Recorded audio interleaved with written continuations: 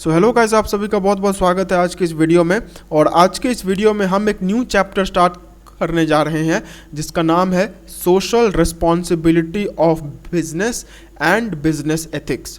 अब ये जो आपका चैप्टर है ये एक बहुत अलग चैप्टर है। क्योंकि इस चैप्टर में मैं अगर बोलूँ तो कोई भी फॉर्मल कॉमर्स की बात नहीं की जाने वाली है कि यहाँ पे हम ये बोलने वाले हैं कि इसमें इस तरीके से बिजनेस होता है एंड इसमें इतना प्रॉफिट आता है, फिर उस प्रॉफिट को ऐसे करके बांटा जाता है। हम उन चीज़ों के बारे में यहाँ पे बात नहीं करने वाले हैं।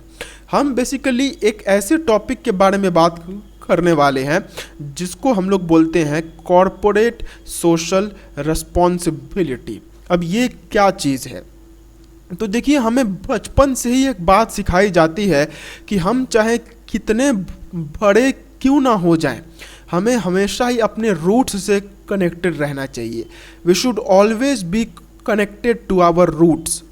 हम चाहे जितने भी बड़े हो गए, हमें हमेशा ही हमारा जो ये है, हमारा जो मेन सोसाइटी है या फिर हम जिस समाज में पैदा हुए हैं, हमें उससे जुड़ा हुआ रहना चाहिए। कभी भी अपने समाज को, आपका जो एक सोसाइटी, मतलब आपका जो एक उसको हम लोग बोल सकते हैं एक आइडेंटिटी जो होता है, वो हमें नहीं छोड़ना चाहिए। चाहे हम जहाँ भी जाएं, हम चाहे इंडिया में रहे या फिर अमेरिका में रहे, we should always be proud that we are Indians and इस बात को हमें और बढ़ाना चाहिए। तो ये चैप्टर भी कुछ उसी के जैसा है कि एक बिजनेस चाहे कितना ही बड़ा क्यों ना हो जाए, चाहे वो पार्टनरशिप हो या फिर चाहे वो सोल प्रोप्राइटरशिप हो या फिर चाहे वो कंपनी हो, वो चाहे कितना ही बड़ा बिजनेस क्यों ना हो, उसे हमेशा ही सोसाइटी के तरफ एक, जिसको हम बोलते हैं एक रिस्पॉन्सिबल एटीट्यूड रखना चाहिए। उसे हमेशा सोसाइटी की सेवा करनी चाहिए।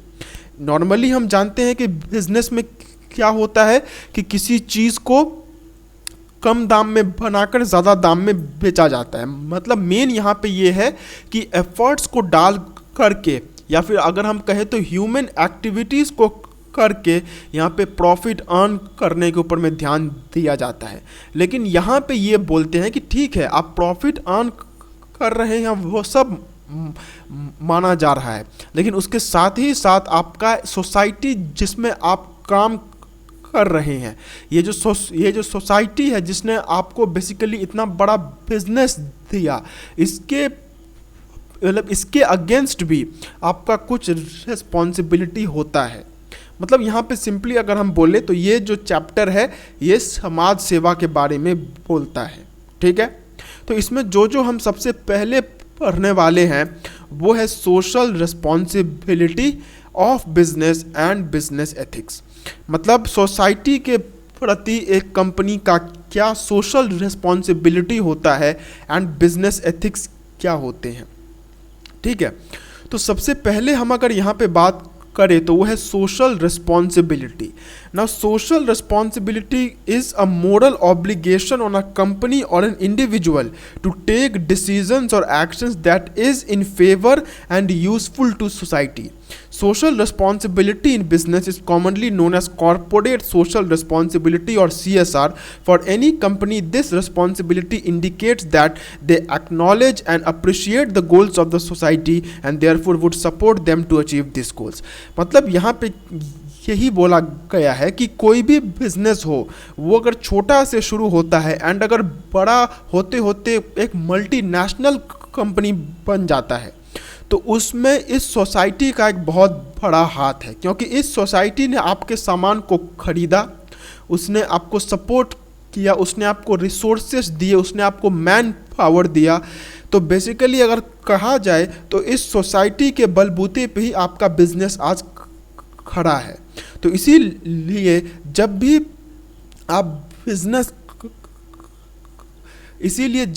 बिजनेस इसीलिए जब भी आप बिजनेस करें तो आपको हमेशा ये याद रखना चाहिए कि सोसाइटी के प्रति आपका एक रिस्पॉन्सिबिलिटी है। You are having a responsibility towards the society and इसी रिस्पॉन्सिबिलिटी को हम लोग बोलते हैं सोशल रिस्पॉन्सिबिलिटी। अब ये होता क्या है, तो बेसिकली एक कंपनी के ऊपर में एक ऑब्लिगेशन या फिर उसके ऊपर में एक हम कह सकते हैं कि एक लायबिलिटी जैसा होता है कि ये तुमको करना ही होगा। तो सोशल रिस्पॉन्सिबिलिटी एक ऐसा लायबिलिटी या फिर एक ऑब्लिगेशन है किसी कंपनी के ऊपर में, जो कि उसे ये बोलती है कि आपको ऐसे डिसीजंस लेने हैं या फिर आपको बिजनेस इस तरीके से करना है जिससे कि सोसाइटी का भला हो सके। आपको सोसाइटी ने मिल करके बनाया हुआ है एंड इस सोसाइटी का डेवलपमेंट के लिए, ये सोसाइटी ताकि और अच्छी हो सके, इसके लिए आपको सोसाइटी के मतलब सोसाइटी के फॉर में आपको कुछ ऐसे बिजनेस डिसीजंस लेने चाहिए या फिर आपको कुछ ऐसे या फिर आपको कुछ इस तरीके से बिजनेस करना चाहिए ताकि ये जो सोसाइटी है उसका भला हो सके। तो ये रिस्पॉन्सिबिलिटी या फिर ये ऑब्लिगेशन जो किसी कंपनी के ऊपर में होता है कि उसे सोसाइटी के भलाई के लिए बिजनेस करना है, इसी को हम लोग बोलते हैं सोशल रिस्पॉन्सिबिलिटी। एंड इसका अगर हम कहें तो और अगर इसका जो टेक्निकल टर्म है वो है CSR या फिर इसे हम लोग कहते हैं कॉरपोरेट सोशल रिस्पॉन्सिबिलिटी। मतलब कॉरपोरेट का मतलब होता है कंपनी या फिर जो भी बिजनेस ऑर्गेनाइजेशन है, एंड सोशल का मतलब होता है सोसाइटी, एंड रिस्पॉन्सिबिलिटी का मतलब तो आप जानते ही होंगे। तो एक कॉरपोरेट का या फिर एक बिजनेस हाउस का सोसाइटी के प्रति क्या रिस्पॉन्सिबिलिटी है वही कहलाता है कॉरपोरेट सोशल रिस्पॉन्सिबिलिटी। ठीक है, अब ये इसकी ज़रूरत क्यों है, वाई इज़ इट नीडेड, इसकी ज़रूरत क्यों पड़ जाती है।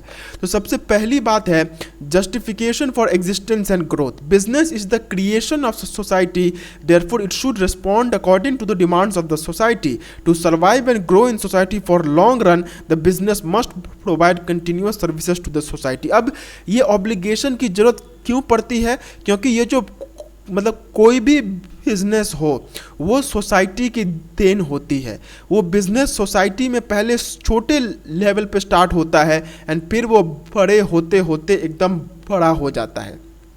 तो जो कुछ भी उस बिजनेस ने अचीव किया हुआ है that is because of the society, and इसी वजह से उसके मतलब इसी वजह से ये ज़रूरी हो जाता है कि अगर वो बिजनेस लॉन्ग रन में रहना चाहता है, मतलब वो अगर बहुत सालों के लिए अगर वो बिजनेस करना चाहता है तो इसके लिए उसे सोशल रिस्पॉन्सिबिलिटी को मानना ही होगा। क्यों? क्योंकि अगर वो सोसाइटी के मदद से ग्रो तो हो जाता है लेकिन वो CSR नहीं करता है, तो इससे क्या होगा, इससे सिंपली यही होगा कि वो बिजनेस जो है वो लॉन्ग रन में सरवाइव नहीं कर पाएगा। तो CSR करना इसलिए ज़रूरी है ताकि लॉन्ग एग्जिस्टेंस हो एंड ग्रोथ हो।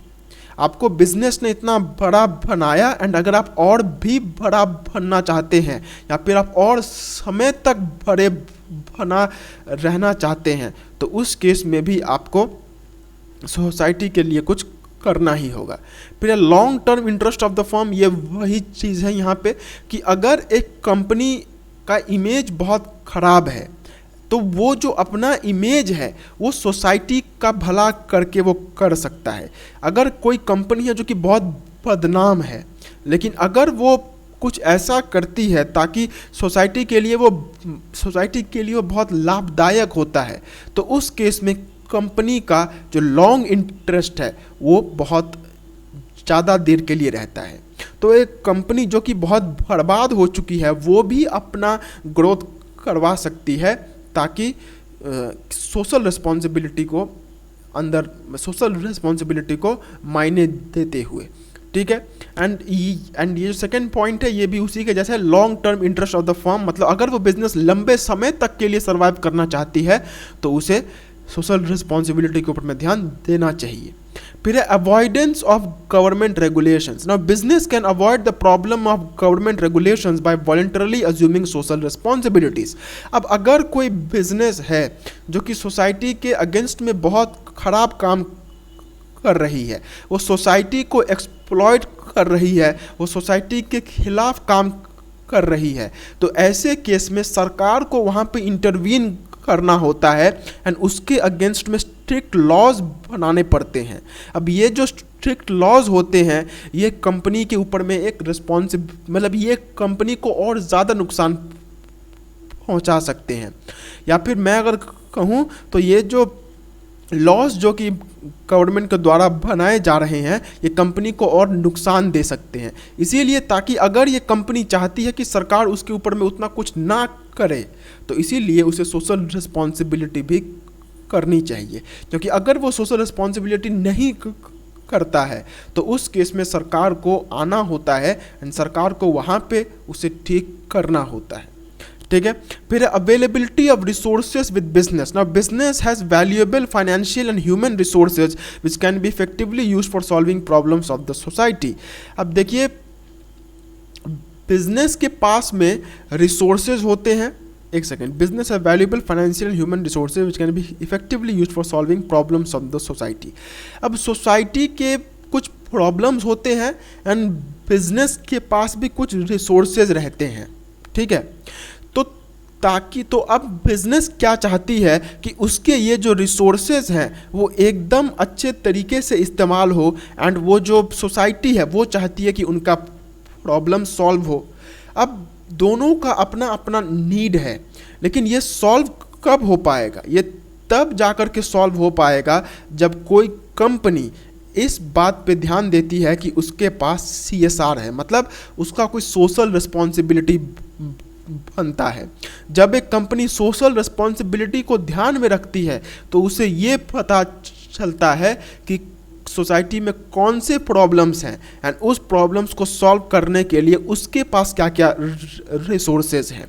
तो ये चीज़ समझने के लिए भी सोशल रिस्पॉन्सिबिलिटी की ज़रूरत होती है। फिर अगर बताएं तो है better environment for doing business. It is the social responsibility of business enterprise to provide better quality of life and standard of living of the people, so business will get better community to conduct business. अब देखिए भाई, अगर मैं चाहता हूँ कि मेरा business और अच्छा हो, या फिर अगर मैं चाहता हूँ कि मेरा जो बिजनेस एनवायरनमेंट है वो और अच्छा हो, मतलब मैं अपने में तो बिजनेस अच्छा ही कर रहा हूँ लेकिन मेरे आसपास में जो बिजनेस का एनवायरनमेंट है वो भी अच्छा हो, तो इसके लिए एक बिजनेस को सोशल रिस्पॉन्सिबिलिटी निभाना होता है। क्योंकि जब वो सोशल रिस्पॉन्सिबिलिटी निभाएगा तो उसको निभाते निभाते वो एक ऐसा एनवायरनमेंट को बना देता है जो कि कंपनी के लिए बेनिफिशियल होती है। आज अगर मैं बोलूँ तो इंडिया में बिजनेस करना काफ़ी मुश्किल काम है, लेकिन वहीं अगर अमेरिका में बोले तो वहाँ पे उतना मुश्किल नहीं है। अब ये ऐसा क्यों है? ऐसा इसलिए है क्योंकि अमेरिका में जो बिज़नेस एनवायरनमेंट है वो काफ़ी फेवरेबल है। तो ताकि अगर एक बिज़नेस ये चाहे कि उसका बिज़नेस एनवायरनमेंट फेवरेबल हो तो उसके लिए उसे सोशल रिस्पॉन्सिबिलिटी ध्यान में लेना ही होता है। एंड नेक्स्ट है कंट्रीब्यूशन टू सोशल प्रॉब्लम्स। ये हमने अभी देख लिया कि सोसाइटी में अलग अलग प्रॉब्लम्स हैं, तो उन प्रॉब्लम्स का समाधान करने के लिए भी सोशल रिस्पॉन्सिबिलिटी को अंडरटेक करना होता है। ठीक है, तो हमें समझ में आ गया कि सोशल रिस्पॉन्सिबिलिटी क्या होता है। बेसिकली सोसाइटी के प्रति हमारा एक जिम्मेदारी है एंड उसी को हम लोग सोशल रिस्पॉन्सिबिलिटी बोलते हैं। अब अगर बोले social responsibilities for different interest groups, मतलब हमने तो बोल दिया कि सोसाइटी के प्रति हमारा एक रिस्पॉन्सिबिलिटी है, लेकिन सोसाइटी में वो कौन कौन से लोग हैं जिनके प्रति हमारा एक रिस्पॉन्सिबिलिटी होता है।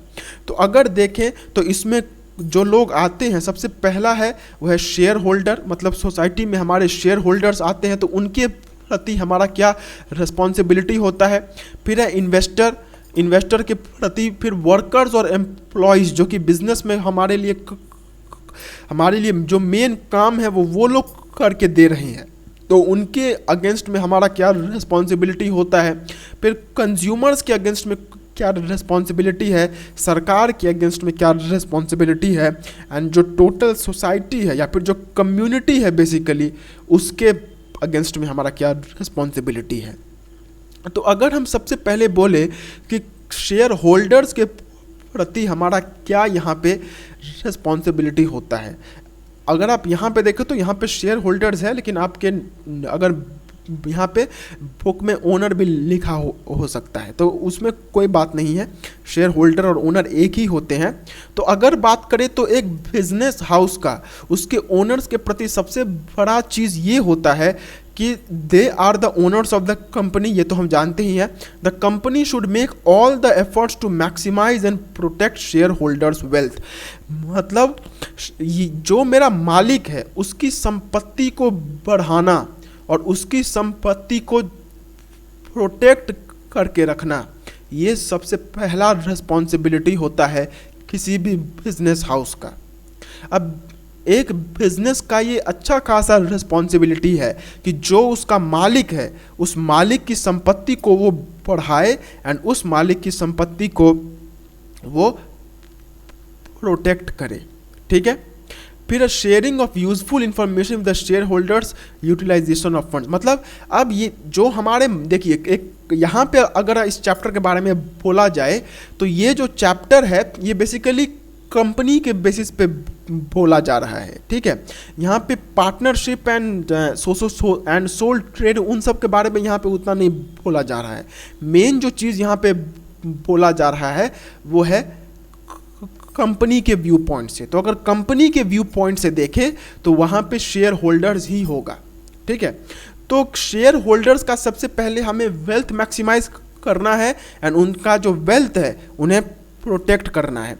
इसी के साथ साथ शेयर होल्डर्स के साथ अगर हमारा कोई यूज़फुल इंफॉर्मेशन है जो कि उनके लिए ज़रूरी है या फिर उनके लिए वो लाभदायक हो सकता है तो वैसा इंफॉर्मेशन उनको बताना ये भी यहाँ पे हमारे लिए ये ज़रूरी है, ठीक है।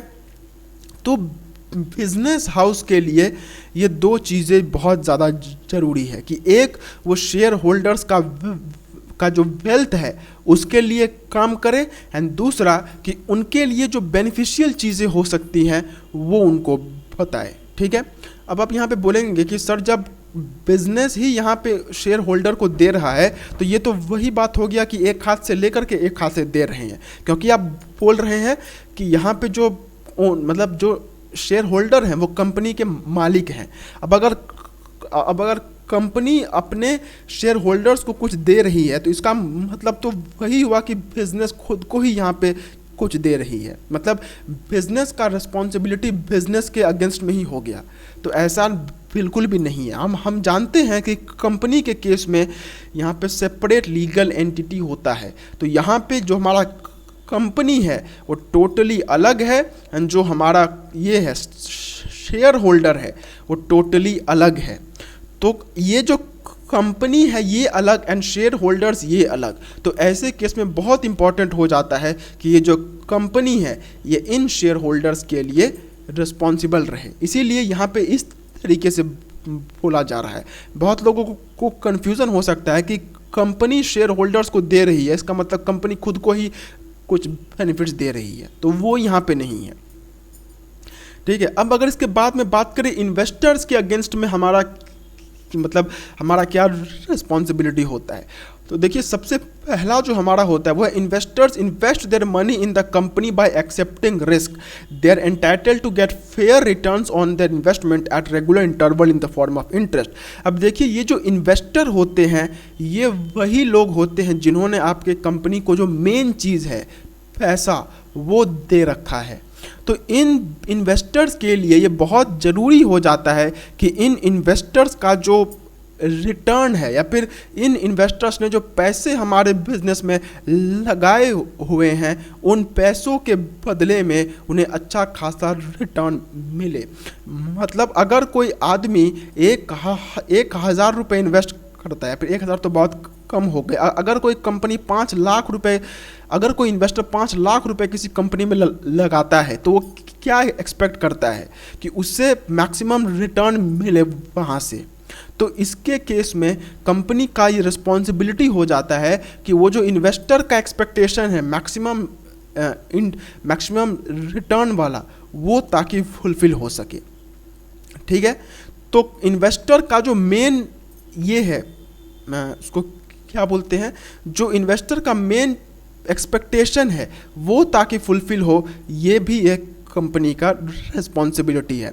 फिर a company is required to pay attention and handle the grievances and complaints of the investors amicably. There should be orderly procedure to solve and deal with the grievances without any delay. अब देखिए, एक आदमी ने आपके company में पैसा लगा रखा है, हो सकता है कि कभी कभार उसको कुछ प्रॉब्लम्स हो जाए, मतलब उसने पैसा तो आपके कंपनी में लगा दिया था लेकिन उसे रिटर्न अच्छा खासा वहाँ पे नहीं मिला। फिर उसे बोला गया था कि आपको 10% के हिसाब से इंटरेस्ट दिया जाएगा, लेकिन यहाँ पे उसे सिर्फ 8% का इंटरेस्ट मिला। मतलब अगर कभी भी कुछ ऐसा हो जाता है तो वैसे केस में उनका जो ग्रीवियंसेस हैं या फिर उनका जो शिकायत है वो भी सुना जाना चाहिए एंड उनको भी सॉल्व किया जाना चाहिए। ये भी एक कंपनी का रिस्पॉन्सिबिलिटी होता है। फिर है investors supply funds for long term and for working capital to carry on business more efficiently. Investors expect that business firm should maintain high degree of transparency in their operations. अब एक investor जो होता है वो आपके company का main चीज़ दे रहा है, पैसा दे रहा है तो वो पूरे तरीके से ये एक्सपेक्ट करता है कि कंपनी उसके साथ पारदर्शिता रखती है। मतलब कंपनी में जो हो रहा है वो सारी चीज़ें उसे बताई जा रही है, कुछ भी उससे छुपाया नहीं जा रहा है। तो इस एक्सपेक्टेशन को भी फुलफिल करना ये भी कंपनी का काम है, ये भी कंपनी का एक रिस्पॉन्सिबिलिटी है कि इन्वेस्टर का जो एक्सपेक्टेशन है कि कंपनी उससे कुछ भी नहीं छुपाएगी, ये भी फुलफिल हो सके। फिर बिजनेस ऑर्गेनाइजेशंस और companies expected to maintain sound financial position, prestige, solvency and goodwill to gain confidence of investor. अब देखिए, कोई भी इन्वेस्टर किसी कंपनी में इन्वेस्ट करने से पहले ये देखता है कि ये कंपनी में रिटर्न कितना है, रिस्क कितना है।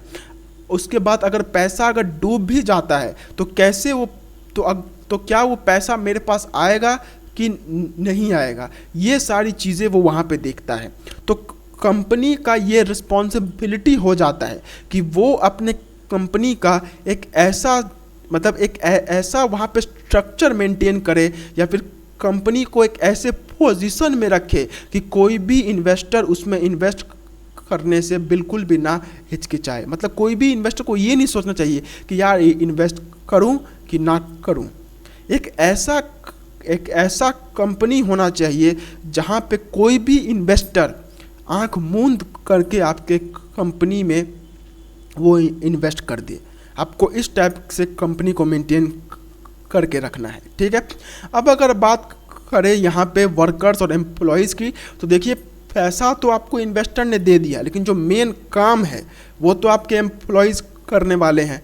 तो इन एम्प्लॉयज़ के प्रति आपका जो पहला यहाँ पे रिस्पॉन्सिबिलिटी होता है वो ये है कि ये जो वर्कर्स हैं या फिर ये जो एम्प्लॉयज़ हैं, इनको एक साउंड वर्किंग कंडीशन ये देने का आपका मतलब ये this is your duty that उनको आप एक ऐसा एनवायरनमेंट दे जहाँ पे वो अच्छे तरीके से काम कर सके।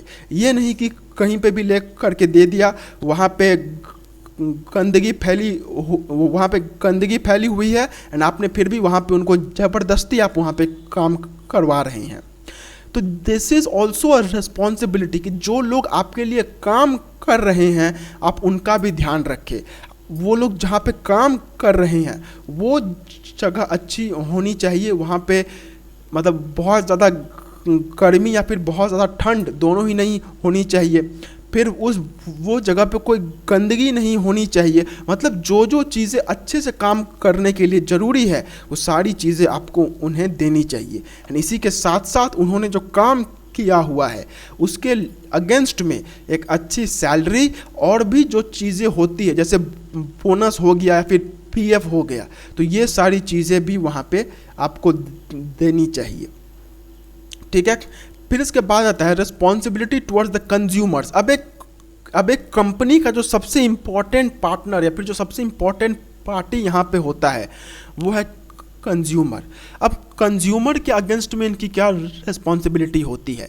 तो सबसे बड़ी रिस्पॉन्सिबिलिटी तो यही है कि भाई आप सामान अच्छा दे, अच्छे क्वालिटी का सामान दे, अच्छे क्वांटिटी में सामान दे और अच्छे प्राइस पे सामान दे। मतलब सब कुछ ठीक, अच्छे क्वालिटी का सामान, अच्छे क्वांटिटी का सामान एंड अच्छे दाम पे सामान।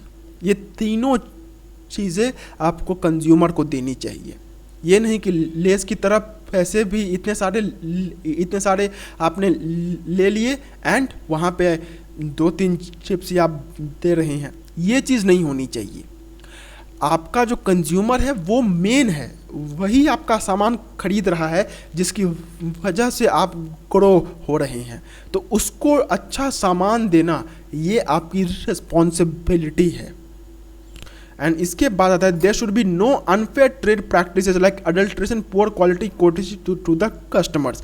एंड कस्टमर्स के साथ कोई धोखाधड़ी नहीं करनी है कि एक चीज़ का दाम वहाँ पे लिखा हुआ है 25 रुपये लेकिन आपने उससे 30 रुपये ले लिए। ये चीज़ नहीं होनी चाहिए।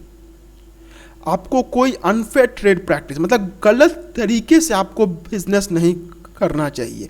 जो वहाँ पे एक अच्छा बिजनेस करने का कैरेक्टरिस्टिक्स होता है या फिर अच्छे बिजनेस को कैसे किया जाता है, आपको उस तरीके से बिजनेस करना चाहिए। ठीक है। अब अगर बात करें सरकार के अगेंस्ट में क्या रिस्पॉन्सिबिलिटी होती है, तो यहाँ पे सबसे बड़ी रिस्पॉन्सिबिलिटी यही होती है कि आपका जो भी टैक्स हो रहा है वो सारे टैक्स आप टाइम पे भरिए। टू पे the taxes on time, this is a very important duty of the business houses. ठीक है। फिर इसके बाद आता है सरकार ने आपके बिजनेस के लिए जो भी कानून बनाए हुए हैं, ये सारे कानून का पालन करवाना ये भी आपकी ज़रूरी है या फिर पालन करना ये भी आपकी जिम्मेदारी है। To follow the rules and regulations made by the government, that is also the duty और the responsibility of the business house. फिर बिजनेस का ये रिस्पॉन्सिबिलिटी हो जाता है कि वो गवर्नमेंट के साथ कोऑपरेट करके काम करे। ये नहीं कि गवर्नमेंट के साथ झगड़ा कर लिया, गवर्नमेंट कुछ और बोल रही है, ये कुछ और कर रहा है, ये चीज़ नहीं होनी चाहिए। गवर्नमेंट के साथ कोऑपरेट करके काम करना ये भी उसकी एक रिस्पॉन्सिबिलिटी होती है। फिर है business houses must provide assistance to the government in matters which can create economic growth in the country. And normally ये जो कंपनीज होती हैं इन्हीं के पास वो चाबी होती है या फिर वो मेन चीज़ होती है जिससे कंट्री में इकोनॉमिक ग्रोथ होता है। तो अगर आपके पास कुछ ऐसी चीज़ है जो कि कंट्री के इकोनॉमी में कंट्रीब्यूट कर सकती है एंड सरकार उसको खोज रही है, तो आपकी ये एक रिस्पॉन्सिबिलिटी होती है कि आप सरकार को बोलें कि देखिए अगर इस तरीके से काम होगा तो हमारा कंट्री का ग्रोथ जो है वो बहुत ज़्यादा होगा। So this is also your responsibility. ठीक है। अब अगर बात करें कि कम्युनिटी के अगेंस्ट में क्या रिस्पॉन्सिबिलिटीज़ होती है, तो सबसे पहला रिस्पॉन्सिबिलिटी है कि to make available opportunities for employment. मतलब पूरे सोसाइटी के अगेंस्ट में यहाँ पे बोला जा रहा है।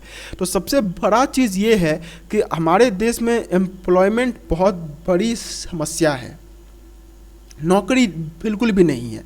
तो ऐसे केस में आपका ये रिस्पॉन्सिबिलिटी होता है कि आप जितने ज़्यादा एम्प्लॉयमेंट जनरेट कर सकते हैं उतने ज़्यादा आपको करना चाहिए। As much employment you can generate, you must do that. फिर इसके बाद आता है the organisation should interact with the society to know what they require. अब सोसाइटी के साथ बातचीत करना, उनसे जानना कि कैसे सामान की उनकी ज़रूरत है, ये भी बिजनेस हाउसेस का एक रिस्पॉन्सिबिलिटी होता है। And it should maintain proper infrastructure, proper disposal system and should not cause harm to the society in any manner. And society को किसी भी तरीके से नुकसान ना पहुंचाना ये भी आप ही की जिम्मेदारी है। मतलब इसका मतलब क्या है कि अगर आपका फैक्ट्री है कहीं पे एंड उस फैक्ट्री से बहुत सारे पॉइजनस गैसेस निकलते हैं एंड उसकी वजह से फैक्ट्री के आसपास में रहने वाले लोगों का जो हेल्थ है वो बहुत ख़राब हो गया है। तो ये भी आपकी रिस्पॉन्सिबिलिटी है कि इस चीज़ को देखना कि ऐसा बिल्कुल भी ना हो। एंड द लास्ट वाला है to uplift the weaker sections of the society, and society के जो कमज़ोर हैं या फिर जो पिछड़े वर्ग हैं उन वर्गों का इकोनॉमिक ग्रोथ करवाना, उन वर्गों को आगे लाना, ये भी आपका एक बहुत बड़ा रिस्पॉन्सिबिलिटी है। ठीक है, तो ये सब तो था सोसाइटी के अगेंस्ट में। अब अगर बोले एनवायरनमेंट के अगेंस्ट में क्या होता है, तो देखिए ये तो एक बहुत बड़ी बात है कि जितना ज़्यादा एक कंट्री में बिजनेस ग्रो होता है, जितने ज़्यादा इंडस्ट्रीज आते हैं, तो पोल्यूशन भी उतना ज़्यादा ही बढ़ता है। Pollution increases with the increase in industrialisation. Industries आ तो जाते हैं, एक कंट्री का इकोनॉमिक ग्रोथ तो हो जाता है, लेकिन यहाँ पे जो एनवायरनमेंट है उसके ऊपर में एक बहुत बैड इम्पैक्ट है जो कि मैक्सिमम केसेस में होता है। तो इसीलिए ये बहुत ज़्यादा ज़रूरी है कि आपको एनवायरनमेंट के अगेंस्ट में भी आपको रिस्पॉन्सिबल होना पड़ेगा। हर एक बिजनेस का ये ड्यूटी होता है कि एनवायरनमेंट के लिए भी उसे कुछ करना होगा। It is the duty of the business that it should work for the environment, ताकि एनवायरनमेंट पोल्यूट ना हो, ये भी आपकी एक ड्यूटी है। So environment is very essential for the survival of humans or any species. We humans depend so much on the environment in our day-to-day life. Trees provide us with fresh oxygen for breathing, and fruits, pulses and cereals for sustaining life. The rivers provide us with water, which is an essential part of our existence. The role of the environment is crucial in the survival of society and businesses. Therefore, it is extremely necessary on the part of the business to conserve and protect the environment to prevent global emergencies. मतलब environment को protect करना ये भी business houses की जिम्मेदारी है। लेकिन अब ये होगा कैसे? तो सबसे पहला जो यहाँ पे आता है वह companies involve in the production of various utilities और products can go for eco friendly, low waste and clean technology for equipment use in such industries. मतलब यहाँ पे ये है कि आप अगर कोई सामान बना रहे हैं तो वो सामान को इस तरीके से बनाइए कि वो सामान या तो कम से कम नुकसान या फिर कोई भी नुकसान ना करे एनवायरनमेंट को। आपको इको फ्रेंडली गुड्स बनाने के ऊपर में ध्यान देना चाहिए। ऐसे सामान जिनसे कि एनवायरनमेंट पोल्यूट ना हो, आपको उन सामान को बनाने के ऊपर में ध्यान देना चाहिए। ठीक है, सो ये उसका पहला रिस्पॉन्सिबिलिटी होता है कि आपको ऐसे सामान बनाने चाहिए जो कि एनवायरनमेंट के ऊपर में हार्मफुल ना हो। ये चीज़ आपने फ्लिपकार्ट में देखा होगा कि फ्लिपकार्ट में क्या होता था कि जो फ्लिपकार्ट अश्योर्ड सेलर्स होते थे वो लोग पेपर बैग्स में आपका कुरियर का सामान आपको भेजते थे। वो सामान आपको पेपर बैग्स में दिया जाता था। So what is this? This is the responsibility of Flipkart against the environment. तो आपको इको फ्रेंडली रहना है, ये भी आपका एक रिस्पॉन्सिबिलिटी है। फिर आपके यहाँ से जो वेस्ट निकलता है, जो भी कचरा निकलता है, वो जो नदियों में एकदम से बहा दिया जाता है, तो ताकि जो पोल्यूशन है वो बहुत कम हो सके, इसके लिए आपको क्या करना होगा कि उस चीज़ को नदी में बहाने से पहले आपको उसका प्रॉपर ट्रीटमेंट करवाना चाहिए। यानी कि कोई भी चीज़ को वेस्ट की तरह फेंक देने से पहले आपको इस बात पे ध्यान देना चाहिए कि क्या वो चीज़ इस्तेमाल हो सकता है या फिर नहीं हो सकता है। ये बात का भी ध्यान देना, ये आपकी ड्यूटी है कि आप जो भी कचरा कर रहे हैं वो कचरा ताकि कम से कम हो, तो उस कचरे को रिसाइकल करने के ऊपर में भी बिजनेस हाउसेस को ध्यान देना चाहिए। फिर है the machinery should be upgraded so that complies with the pollution norms which will be beneficial in reducing the levels of pollution. अब अगर आपके यहाँ पे कुछ ऐसे मशीन्स हैं जो कि पोल्यूशन करती हैं, तो उन मशीन्स को अपग्रेड करवाना ताकि पोल्यूशन कम से कम हो, ये भी बिजनेस हाउसेस का ही एक ड्यूटी या फिर रिस्पॉन्सिबिलिटी है। To upgrade the machineries so that the environmental pollution is low. That is also a duty of the business houses. ठीक है, and फिर conduct quarterly and yearly audits for checking the effectiveness of the pollution control programs and making changes so as to bring about more success in pollution control programs. आपको हर साल या फिर हर 6 महीने या फिर हर 4 महीने पर आपको एक मतलब बेसिकली एक जैसे हम लोग बोलते हैं एक एनवायरमेंटल स्कीम लानी चाहिए, मतलब जो कि हम लोग बोलते हैं ना कि योजना। तो आपको हर 2-3 महीने पर या फिर हर साल आपको एक योजना लाना चाहिए जिसके अंडर में आप ये देखेंगे कि आपके कंपनी ने क्या किया है एनवायरनमेंट को प्रोटेक्ट करने के लिए एंड और क्या क्या चीज़ें कर सकती है। इस चीज़ को भी यहाँ पे करने का ड्यूटी आपका रहता है। फिर the companies and industry should comply with the rules laid down by the government with respect to prevention of environmental pollution. And सरकार ने अगर एनवायरनमेंट के लिए कुछ लॉज बनाए हुए हैं तो उन लॉज का भी पालन करना ये भी कंपनीज की एक जिम्मेदारी है। And the business should take steps to save the environment by setting up campaigns of planting trees, cleaning of rivers. And ये जो हम लोग नॉर्मली करते हैं कि पेड़ लगाओ, पानी को साफ रखो, धुआं कम करो, तो ये सब चीज़ों के ऊपर में भी ध्यान देना चाहिए।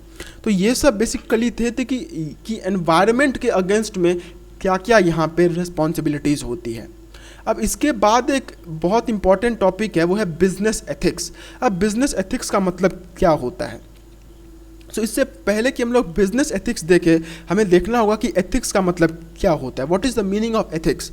तो अगर एथिक्स के बारे में बात किया जाए तो ethics is simply some moral principles. मतलब मैं यहाँ पे क्या बोलना चाहता हूँ कि फॉर एग्जांपल आप अगर रास्ते में जा रहे हैं एंड आप रास्ते में देखते हैं कि उस साइड में कोई आदमी बेहोश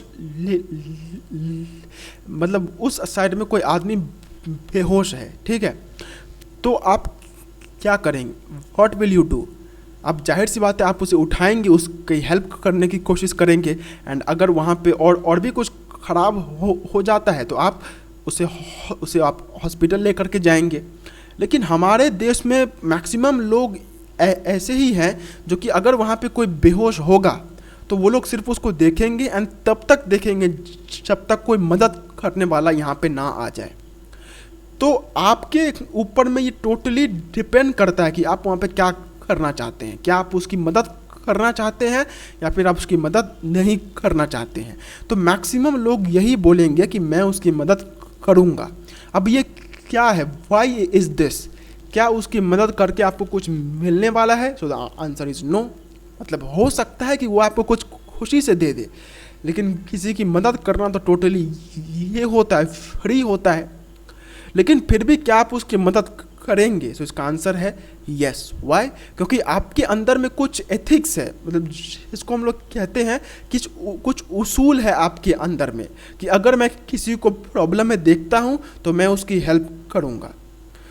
तो इसी को हम लोग कहते हैं एथिक्स। मतलब कोई आदमी का जो मॉरल प्रिंसिपल्स होता है जो कि उसको गाइड करता है, उसी को हम लोग एथिक्स बोलते हैं। अब जैसे आप अगर कभी दुकान से अगर आप कोई सामान खरीदते हैं, ठीक है, एंड वहाँ पे अगर वो दुकान वाला आपको कुछ ज़्यादा पैसे दे देता है, तो क्या आप उस पैसे को उसे वापस करेंगे या फिर नहीं करेंगे? तो मैक्सिमम लोग बोलेंगे कि मैं करूँगा। तो इसको हम लोग क्या बोलते हैं? इसी को हम लोग बोलते हैं एथिक्स। कि कुछ लोगों में कुछ ऐसे प्रिंसिपल्स होते हैं या फिर कुछ ऐसे उसूल होते हैं जो कि उन लोगों को नॉर्मल ज़िंदगी जीने में गाइड करते हैं। तो इन्हीं उसूलों को हम लोग कहते हैं एथिक्स। एंड यही एथिक्स जब बिजनेस में आ जाते हैं तो उसी को हम लोग कहते हैं बिजनेस एथिक्स। अब बिजनेस एथिक्स का एक एग्जांपल लेते हैं कि फॉर एग्जांपल एक ऐसी चीज़ है जो कि अभी मार्केट में 5 रुपये की बिक रही है, लेकिन आप जानते हैं कि अगर वो चीज़ को आप 10 रुपये की भी कर देते हैं तो भी आपके अगेंस्ट में मतलब तो भी आपका एक भी कस्टमर कम नहीं होगा, ठीक है। तो क्या आप दाम को बढ़ाएंगे? तो इसका आंसर है हो सकता है कि मैं दाम को बढ़ा दूं, लेकिन मैक्सिमम बिजनेस कंपनीज ऐसा नहीं करेंगे। क्यों? क्योंकि उनके अंदर में एथिक्स होते हैं, उनके अंदर में कुछ उसूल होते हैं कि अगर 5 रुपये में बेच करके हमें अच्छा खासा प्रॉफिट भी हो रहा है एंड लोग इससे सेटिस्फाइड भी हैं, तो मुझे 10 रुपये में नहीं बेचना चाहिए। ये उसूल होते हैं। तो इसी को हम लोग कहते हैं बिजनेस एथिक्स। तो बिजनेस एथिक्स का मतलब होता है कुछ मॉरल प्रिंसिपल्स या फिर कुछ मॉरल गाइडलाइंस जो कि बिजनेस को एक अच्छे तरीके से या फिर एक रिस्पॉन्सिबल तरीके से काम करने में हेल्प करती हैं। जैसे बहुत सारे बिजनेस हाउसेस का ये एथिक्स होता है कि वो लोग क्या करते हैं कि वो लोग जब भी कोई आपदा आती है या फिर जब भी कोई अलग मतलब जब भी कोई ख़राब चीज़ होती है तो वो लोग उसमें डोनेट करते हैं। तो ये उनका एथिक्स है। तो एथिक्स सिंपली मीन्स प्रिंसिपल्स या फिर उसूल। अब इसकी ज़रूरत क्यों होती है? Why is it required? What is the importance of business ethics? तो सबसे पहला वाला है corresponds to basic human needs. The basic need of every human being is that they want to be part of the organisation which they can respect and be proud of because they perceive it to be ethical. Everybody likes to be associated with an organisation which the society respects as a honest and socially responsible organization। मतलब simple बात है, देखिए अगर कोई भी आदमी होगा तो वो उन लोगों से जुड़ना चाहता है जो लोग एथिकल होते हैं, जो लोग एथिक्स को मानते हैं। अगर आपको बोलूँ यहाँ पे, तो अगर आपको किंगफिशर में अगर मैं बोलूँ किंगफिशर एयरलाइंस एंड अगर मैं यहाँ पे बोलूँ एयर इंडिया, तो आप किसमें जाना ज़्यादा प्रीफर करेंगे? मैक्सिमम लोग होंगे एयर इंडिया। क्यों? क्योंकि वो टाटा का है। तो टाटा के ऊपर में हमें भरोसा है, टाटा का कोई सामान खरीदने से हमें गर्व होता है। क्यों होता है? क्योंकि टाटा का जो एथिक्स है वो इतना अच्छा है कि कोई भी टाटा का सामान खरीद करके प्राउड महसूस करता है। तो ये चीज़ एक बिज़नेस के लिए बहुत ज़्यादा ज़रूरी है कि जो सोसाइटी में जो लोग हैं वो लोग उन लोगों को ज़्यादा पसंद करते हैं या फिर उन बिज़नेस ऑर्गेनाइजेशंस को ज़्यादा पसंद करते हैं जो कि एथिकल होते हैं, जो कि एथिक्स के साथ होते हैं, जिनके कुछ उसूल होते हैं। तो ऐसे उसूल वाले बिज़नेस ऑर्गेनाइजेशंस के साथ लोग जुड़ना चाहते हैं। तो अगर कोई बिज़नेस अपने साथ में एथिक्स नहीं रखता है तो जाहिर सी बात है कि वो ज़्यादा दिन तक नहीं टिक पाएगा। ठीक है। फिर क्रेडिबिलिटी इन द पब्लिक। अब लोगों के अंदर में एक अच्छा गुडविल, लोगों की नज़र में एक अच्छा कंपनी होना, ये तभी पॉसिबल है जब एक कंपनी के अंदर में एथिक्स होते हैं। अगर कोई कंपनी बहुत चोर टाइप की कंपनी है जो आती है, लोगों का पैसा लेती है और वहाँ से भाग जाती है, तो कोई भी आदमी उन कंपनीज के ऊपर में भरोसा नहीं करेगा एंड लोगों के अंदर में उस कंपनी को लेकर एक बहुत ख़राब इमेज हो जाती है। तो लोगों के अंदर में अपना एक इमेज अच्छा बनाना ये एथिक्स के थ्रू हो सकता है। अगर आप अच्छे एथिक्स रखते हैं तो उस केस में क्रेडिबिलिटी मतलब जनता के पास में जो आपका ये है, जैसे हम लोग कहते हैं इमेज है, वो ज़्यादा अच्छा हो जाता है। ठीक है। फिर है क्रेडिबिलिटी विद द एम्प्लॉयज़। अब देखिए जो लोग मेरे यहाँ पे काम कर रहे हैं वो लोग भी बहुत ज़्यादा खुश होंगे। जैसे जनता खुश होती है वैसे ही वो लोग भी खुश होते हैं जो कि किसी एथिकल कंपनी के यहाँ पे एम्प्लॉयज़ होते हैं। जो लोग टाटा में काम करते हैं वो लोग ज़्यादा प्राउड महसूस करते हैं कि हम टाटा के वर्कर्स हैं।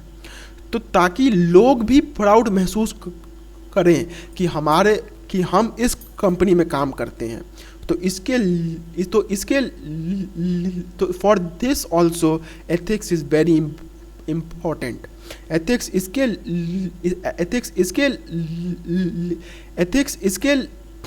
Is also very important for this, so that जो क्रेडिबिलिटी है हमारे एम्प्लॉयज़ के साथ, मतलब एम्प्लॉयज़ भी हमारे कंपनी में काम करना चाहें, इसके for this we should be ethical. हमें कुछ एथिक्स अपनाने चाहिए ताकि लोग भी हमारे कंपनी में काम करना।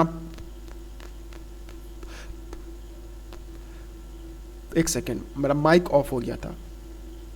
तो मैं क्या बोल रहा था कि हमें एथिक्स अपने कंपनी में इसलिए भी रखना चाहिए ताकि जो बाहर में जो लोग जो कि काम करना चाहते हैं वो लोग भी हमारे बिजनेस ऑर्गेनाइजेशन में काम करने लगे, ठीक है। मतलब ताकि एम्प्लॉयज़ के बीच में भी हमारा जो इमेज है वो ज़्यादा अच्छा हो। इसके for this we should adopt ethics. फिर इसके बाद आता है बेटर डिसीजन मेकिंग। अब देखिए, अगर हमारे अंदर में एथिक्स रहते हैं तो उन एथिक्स के बेसिस पे हम अच्छे डिसीजंस ले सकते हैं। जिन कंपनीज में कोई एथिक्स ही नहीं होता है वो लोग डिसीज़न ही नहीं अच्छे से ले पाते हैं। तो ताकि मैं अच्छा डिसीज़न ले सकूं, इसके for this also it is very important that I should adopt ethics. And profitability का मतलब क्या होता है? देखिए, अच्छे काम का अच्छा फल होता है। तो जो बिजनेस एथिक्स को अपना करके अच्छा काम करते हैं वो लोग का प्रॉफिट भी ज़्यादा होता है। जो लोग एथिक्स के साथ काम करते हैं वो लोग ज़्यादा टाइम तक एंड ज़्यादा अमाउंट में प्रॉफिट अर्न कर पाते हैं, ठीक है। एंड लास्ट वाला है प्रोटेक्शन ऑफ द सोसाइटी। अब देखिए, अगर मेरे कंपनीज में एथिक्स है तो इससे क्या होगा कि मैं खुद अपने कंपनी को तो प्रोटेक्ट करूंगा ही, लेकिन इसी के साथ साथ उस सोसाइटी को भी मैं प्रोटेक्ट करूंगा। क्यों? क्योंकि जो लोग मेरे कंपनी के साथ जुड़ेंगे वो लोग एक ऐसे कंपनी के साथ जुड़ेंगे जो कंपनी एथिक्स को अपनाती है। एंड जिस कंपनी में एथिक्स होते हैं वो कंपनी हमेशा ही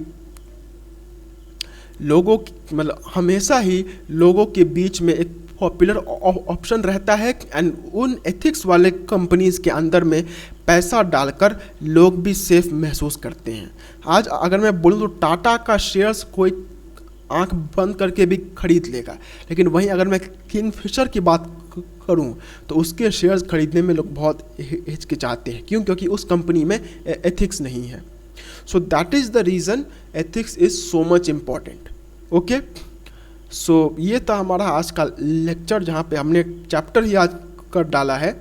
सो इसको यहीं पे एंड करते हैं। मिलते हैं एक अगले वीडियो में एक अगले लेक्चर के साथ। तब तक के लिए do take very good care of yourselves. Have a very nice day. Take care of yourselves. Bye bye. जय हिंद।